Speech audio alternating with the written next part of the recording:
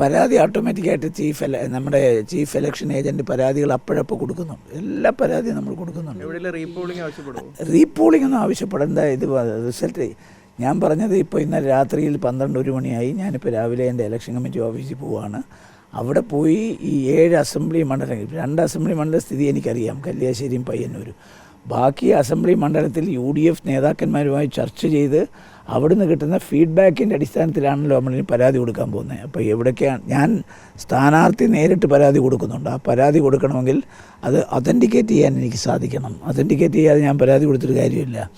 ആരോപണം ഉന്നയിക്കല്ല, അതിന് അടിസ്ഥാനം വേണം, തെളിവുകൾ വേണം. ആ അടിസ്ഥാനവും തെളിവുകളും കളക്ട് ചെയ്തിട്ട് ഞാൻ പരാതി കൊടുക്കും. അപ്പോൾ ഞാനൊരു സ്ഥാനാർത്ഥി നിലയ്ക്ക് ഏറിനകത്ത് ആരോപണം കൊടുത്തിട്ട് കാര്യമില്ല. ഞാൻ ഒരു ആരോപണം ഉന്നയിക്കുമ്പോൾ അതിന് അടിസ്ഥാനം വേണം, തെളിവ് വേണം. ആ അടിസ്ഥാനവും തെളിവും ഉണ്ടാക്കിയിട്ട് ഞാൻ പരാതി കൊടുക്കും സ്ഥാനാർത്ഥി എന്ന നിലയ്ക്ക്. ബാക്കി നമ്മുടെ ചീഫ് ഇലക്ഷൻ ഏജൻറ്റ് അപ്പോഴപ്പോൾ അദ്ദേഹത്തിന് കിട്ടിയ വിവരത്തിൻ്റെ അടിസ്ഥാനത്തിൽ, അദ്ദേഹം ലോയറാണ്, ജമാൽ പരാതി കൊടുത്തിട്ടുണ്ട്.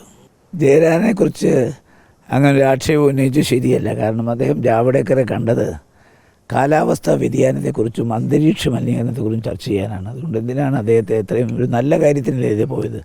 കാര്യം മീനമാസത്തിലെയും മേടമാസത്തിലെയൊക്കെ സൂര്യൻ മനസ്സിലായാലും ഇത്ര അത്യുഷ്ണം നടക്കുന്നു. അപ്പോൾ ജാവ്ദേക്കറെ പോയി കണ്ടത് കാലാവസ്ഥാ വ്യതിയാനത്തെക്കുറിച്ചും അന്തരീക്ഷ മലിനീകരണത്തെക്കുറിച്ചും ചർച്ച ചെയ്യാനാണ്. അതുകൊണ്ട് അതൊരു വിവാദമാക്കേണ്ട കാര്യമില്ല. പിന്നെ പിണറായി വിജയൻ കഴിഞ്ഞ കുറേ നാളായിട്ട് BJPയിലേക്ക് കോൺഗ്രസ്സുകാരെ റിക്രൂട്ട് ചെയ്യുന്നൊരു റിക്രൂട്ടിംഗ് ഏജൻറ്റാണ്.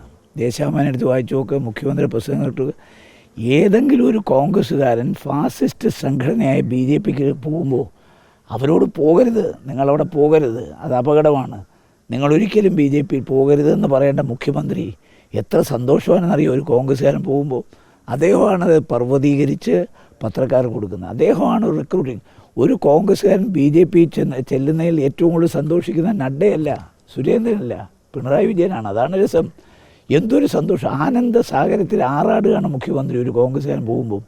അപ്പോൾ കോൺഗ്രസ് മുക്ത ഭാരതം എന്നുള്ള BJPയുടെ മുദ്രാവാക്യത്തിന് ആക്കം വർദ്ധിപ്പിക്കുന്ന പണിയാണ് മുഖ്യമന്ത്രി ചെയ്തുകൊണ്ടിരിക്കുന്നത്. അദ്ദേഹമാണ് റിക്രൂട്ടിങ്. പിന്നെ ഇപ്പോൾ 2 നേതാക്കന്മാർ പോയല്ലോ, അദ്ദേഹത്തിന് എന്ത് പറയാനുണ്ട്? ഇടുക്കിയിലെ ഏലത്തെക്കുറിച്ചും കാപ്പിയെക്കുറിച്ചും തേയിലയെക്കുറിച്ചും ചർച്ച ചെയ്യാനാണ് രാജേന്ദ്രൻ പോയെന്നാണ് പറയുന്നത്. EP ജയരാജൻ പോയത് കാലാവസ്ഥാ വ്യതിയാനത്തെക്കുറിച്ചോ അന്തരീക്ഷ മലിനീകരണത്തെക്കുറിച്ചോ. വേറെ ആരെങ്കിലും ഒരാൾ എന്തെങ്കിലും ചെയ്താൽ എന്താ പറയുന്നത്? പിന്നെ തിരഞ്ഞെടുപ്പിൽ എന്നെ പരാജയപ്പെടുത്താൻ ഹീനമായ തന്ത്രമാണ്. ഞാൻ 1968 രാഷ്ട്രീയത്തിൽ ചേർന്ന ഒരാളാണ്. ഞാൻ അന്നും എന്നും പറഞ്ഞു, ഒരിക്കലും ഞാൻ MLAയോ MP യോ മന്ത്രിയോ ഒന്നും ആകും എന്നെനിക്ക് പ്രതീക്ഷയില്ല. മരിക്കുന്നവരെ ഞാനൊരു കോൺഗ്രസ്സുകാരനായിരിക്കും. മരിക്കുമ്പോൾ ഒരു ത്രിവർണ്ണ പതാക എൻ്റെ ദേഹത്ത് വീഴണം. എന്നെപ്പോലും ഇന്നലെ വ്യാപകമായി പ്രചരണം, ഉണ്ണിത്താൻ ജയിച്ചു കഴിഞ്ഞാൽ BJP പോകും. അപ്പോൾ ഇതാണ് ഇവരുടെ പ്രചരണം. അല്ല, പത്മജയുടെ അച്ഛനല്ലോ ഞാൻ ജനിച്ചത്. അതുകൊണ്ട് അതിനെക്കുറിച്ചൊന്നും നമ്മൾ ചർച്ച ചെയ്യാനൊന്നുമില്ല. എനിക്ക് ഒരു നല്ല പിതാവുണ്ട്, ആ പിതാവിനാണ് ഞാൻ ജനിച്ചത്. മരിക്കുന്നവരെ ഞാൻ കോൺഗ്രസ്സുകാരനായിരിക്കും. അത് MP ആയാലും അല്ലെങ്കിലും ഒന്നുമില്ലെങ്കിലും ഞാൻ കോൺഗ്രസ് പാർട്ടി മരിക്കുന്നവരോടത്തില്ല. കാരണം ഇത്രയും വർഷം എനിക്ക് പാർട്ടി ഒന്നും തന്നില്ലല്ലോ, എന്നിട്ട് ഞാൻ ഒരിടത്തും പോയില്ലല്ലോ. ഇപ്പോൾ എനിക്ക് പാർട്ടി തന്നല്ലോ, മത്സരിക്കാൻ ഇവിടെ സീറ്റ് വന്നു, ഞാൻ ജയിച്ചു, MP ആയി. I am fully satisfied. ഞാൻ കേരളത്തിൽ കോൺഗ്രസ് പാർട്ടിക്കകത്ത് പൂർണ്ണമായി സംതൃപ്തനായ ഒരു കോൺഗ്രസ് നേതാവാണ് ഞാൻ. ഇനി എനിക്കൊന്നും ഈ പാർട്ടിയിൽ നിന്ന് കിട്ടണമെന്ന് താല്പര്യമില്ല, അങ്ങനെയുള്ള പ്രതീക്ഷയില്ല. അതുകൊണ്ട് ഇതുവരെ കിട്ടിയതിൽ പൂർണ്ണ സംതൃപ്തനാണ്. പിന്നെ എന്തിനാ ഞാൻ കൂടുതൽ പിന്നെ ഇവരെ പത്മജ വേണുഗോപാലൊക്കെ നിങ്ങൾ EDയോടൊക്കെ ഒന്ന് പറയണം, ഇവരുടെയൊക്കെ പിന്നെ ഒന്ന് സെർച്ച് ചെയ്യാൻ പറയണം. കാരണം ഒരു പിതാവിൽ നിന്ന് മക്കൾക്ക് കിട്ടേണ്ട ആനുകൂല്യം മുഴുവൻ കൈപ്പറ്റിയവരാണ്. പറഞ്ഞ മനസ്സിലായില്ലേ? ഇപ്പോൾ അധികാരമില്ലാതെ ഇവർക്ക് ജീവിക്കാൻ പറ്റുന്നില്ല. കാരണം സകല ആളുകളും ഇവരുടെ മുമ്പിൽ പത്മജയുടെ 80 വയസ്സുള്ള ആളുകൾ പത്മജയെ പത്മേച്ചി എന്നാണ് വിളിച്ചുകൊണ്ടിരുന്നത്. കാരണം അങ്ങനെ വിളിച്ചെങ്കിൽ ഈ പാർട്ടി നിൽക്കാൻ പറ്റൂ. അതുകൊണ്ട് പത്മജ വേണുഗോപാലിനെ കുറിച്ച് എനിക്ക് ചിലത് പറയാനുണ്ട്, അത് ഞാൻ പറയും. അവർ പിന്നെ all India institute of medical സയൻസിൽ വിഷമടിച്ച് കിടക്കുമ്പോഴൊക്കെ ഞാനും മുല്ലപ്പള്ളിയൊക്കെ അവിടെ പോയതാണ്. അപ്പോൾ കൂടുതൽ എന്നെക്കൊണ്ട് പറയിപ്പിച്ചാൽ പിന്നെ പുറത്തിറങ്ങാൻ പറ്റാത്ത അവസ്ഥ വരും. അതുകൊണ്ട് പത്മജ വേണുഗോപാലിനെ കുറിച്ചൊന്നും കൂടുതൽ ചോദ്യം എന്നോട് ചോദിക്കരുത്. ചോദിച്ചാൽ എനിക്ക് പലതും പറയേണ്ടി വരും. പറഞ്ഞു കഴിഞ്ഞാൽ പിന്നെ അവർ പുറത്തിറങ്ങാൻ പറ്റാത്ത അവസ്ഥ വരും. അതുകൊണ്ട് ആ ചരിത്രമൊക്കെ നന്നായിട്ട് അറിയാവുന്ന ആളാണ് എനിക്ക്. അതുകൊണ്ട് വെറുതെ വടി കൊടുത്ത് അടി വാങ്ങിക്കുന്നവരോട് പറഞ്ഞേക്കാം. സുധാകരൻ ഇതേപോലെ പോകുന്ന പറയുന്നു. എവിടെ പോകുന്നു? BJPയിലേക്ക് പോകുന്ന. അല്ല, സുധാകരനെ പറഞ്ഞല്ലോ, അയാളുടെ വീട്ടിലെ പട്ടി പോലും പോകത്തില്ലെന്ന് പറഞ്ഞല്ലോ. പിന്നെ അവനപ്പുറം എന്താണ്? പട്ടി പോലും പോകത്തില്ലെന്ന് പറഞ്ഞാൽ പിന്നെന്താ അയാൾ പോകുമെന്ന് പറഞ്ഞു.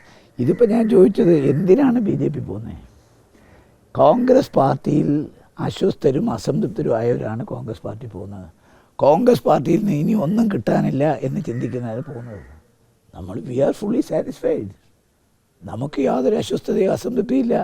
ഇനി എനിക്ക് ഇപ്പോൾ 5 കൊല്ലം MP സ്ഥാനം കിട്ടി, എനിക്കൊരു പാസ് കിട്ടി, ഞാനും എൻ്റെ ഭാര്യയും കൂടെ അവശേഷിക്കുന്ന കാലം ഇന്ത്യയിലെ സകല അമ്പലങ്ങളിലും പോയി പ്രാർത്ഥിച്ച് ഞങ്ങളുടെ അവശേഷിക്കുന്ന ജീവിതം ഞങ്ങൾ തീർക്കും. അതായത് ഗവർണറാകാനോ മറ്റേതാകാനോ അങ്ങനെ സ്ഥാനമാനങ്ങളുടെ പിന്നാലെ പോയ ഒരു ചരിത്രം പാരമ്പര്യം എനിക്കില്ലെന്ന് പറഞ്ഞാൽ എനിക്കില്ല. നിങ്ങൾക്ക് എവിടെ അന്വേഷിക്കാം. എടാ, 65 വയസ്സ് വരെ ഒരു സ്ഥാനവും, ഒരു ഡയറക്ടർ ബോർഡ്, ഒരു ചെയർമാൻഷിപ്പ്, MLA, MP, മന്ത്രി, ഞാൻ കൊണ്ടുവന്ന എത്രയോ പേര് മന്ത്രി എത്രയോ പ്രാവശ്യമായി, എത്രയോ പേര് എത്രയോ പ്രാവശ്യം MP ആയി. ഞാൻ കൊണ്ടുവന്നവർക്ക് ഇതെല്ലാം കൊടുത്തിട്ടും എനിക്കൊന്നും തരാഞ്ഞിട്ട് ഈ പാർട്ടി വിടാതെ നിന്ന ഒരാളിനെക്കുറിച്ചാണ് ഇവർ അപഖ്യാതി പറയുന്നത്. ഇത്രയും വർഷത്തെ പാരമ്പര്യം പൈതൃകമുള്ള ഒരാൾ, ഞാൻ കോൺഗ്രസിനകത്ത് നടക്കുന്ന അനഭിലഷണീയമായ പ്രവണതയെക്കുറിച്ച് പലപ്പോഴും ചോദ്യം ചെയ്യുകയും വിമർശിക്കുകയും ചെയ്തിട്ടുണ്ട്. പക്ഷേ ഇന്ന് വരെ കോൺഗ്രസ് പാർട്ടി വിട്ട് DIC പോകാനോ അല്ലെങ്കിൽ കരുണാകരൻ്റെ കൂടെ 73 കൂടിയത് ഞാൻ. പുള്ളി പാർട്ടി വിട്ട് പോയപ്പോൾ ഞാൻ പോയില്ലല്ലോ. ഞാനിതിനകത്ത് അടിയുറച്ചു നിന്നു. ഇപ്പം ഞാൻ MP ആയി 5 കൊല്ലം പൂർത്തിയാക്കി. ഇനി ഇവിടുത്തെ ജനങ്ങൾക്ക് എന്നെ വേണ്ടെന്നുണ്ടെങ്കിൽ ഞാൻ അപ്പം ജയിക്കുന്ന ആരാണോ അവർക്ക് ഷേക്കാൻ്റെ കൊടുത്ത് പിരിയത്തില്ലേ. ഞാനൊരു വലിയ ജനാധിപത്യം.